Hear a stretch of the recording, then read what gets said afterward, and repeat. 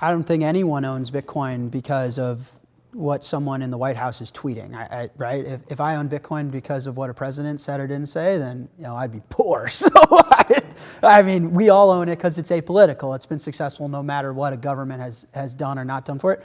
But I do think what is bipartisan is we're living through probably the most fascinating macroeconomic time of our era. I think we're living through a monetary regime change. I'd be shocked if the current iteration of the dollar as the world reserve currency were to remain. So I do find this administration's support for Bitcoin to be very interestingly timed. And then now we're in trade wars and what's going on with China. I think it is as cool a time to be working on Bitcoin as I've ever seen in my 13 years. So we used to be the crazy people when we talked about that monetary shift and Bitcoin becoming the global reserve currency. And a few months ago, Larry Fink, the CEO of the largest asset manager in the world, said if the dollar continues in its path, it will hyperinflate, our debt will explode, and Bitcoin will become the global reserve currency. Yeah, our new CMO. The first step of adopting Bitcoin is humbling yourself, and you are not the main character. That was my advice to El Salvador. That's my advice to anyone that cares to listen, is that this thing is bigger than all of us. Which I think is one of the most important parts of having a neutral reserve asset. I mean, money is our time and our energy in an abstracted form. It's the market good that we all exchange our effort and our labor and our work for to then go out and get the things that we want in life. And so to have that be a neutral asset that no one is bigger than is critically important. You talked about El Salvador, right? It's sort of there in passing, and I don't know if I've ever asked you for an El Salvador update. I mean, El Salvador is never the home of Google engineers, MIT professors, the most brilliant financial minds in Wall Street. It never attracted that level of talent, and it was how can we become a beautifully aesthetic place for humanity to prosper and turn our story around. And Bitcoin became a core nucleus of that, because guess what? If you buy Bitcoin and you become a Bitcoiner, it's an open network. You're all of a sudden on Michael Saylor's team. You're on Larry Fink's team. You're on Jack Dorsey's team. Now you're on President Trump's team.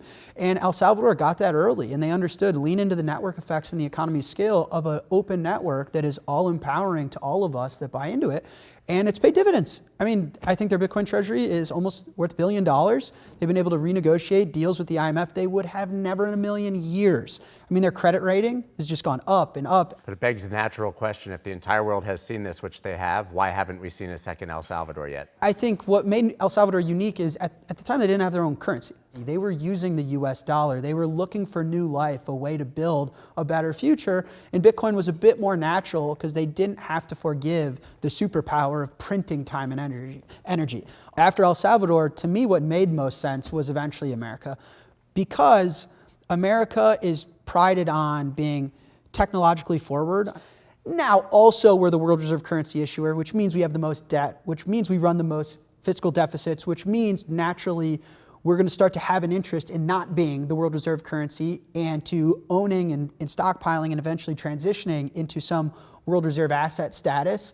And so it made a lot of sense to me. I felt Bitcoin was very American, and that it is inevitably going to solve our problem of like this Triffin's dilemma that is compounding right in our face. Bitcoin is the hardest money we've ever conceived of. It's bound to the physical realities of the universe. You physically cannot make any more of it, which makes it the safest place for me to store my work. It doesn't surprise me that the capital markets has a big appetite for Bitcoin. Go ahead and explain. I would love to hear the nuance. Our tagline when I was on Wall Street pitching the product, it's, we want to bring blue chip credibility with startup upside to the capital market. SoftBank wasn't a founding partner. They're actually our first outside investor.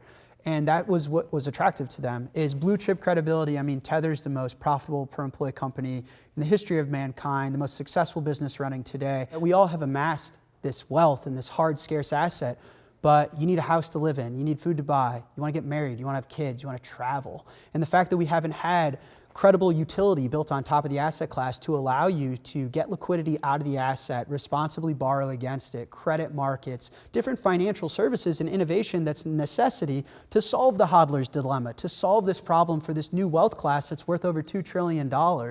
And so I think both my businesses independently are focused not on other cryptos, not on further speculation, but on making the asset more useful and allowing you to actually allow it to change your life more. Thank you so much for everything you do there. Really appreciate it.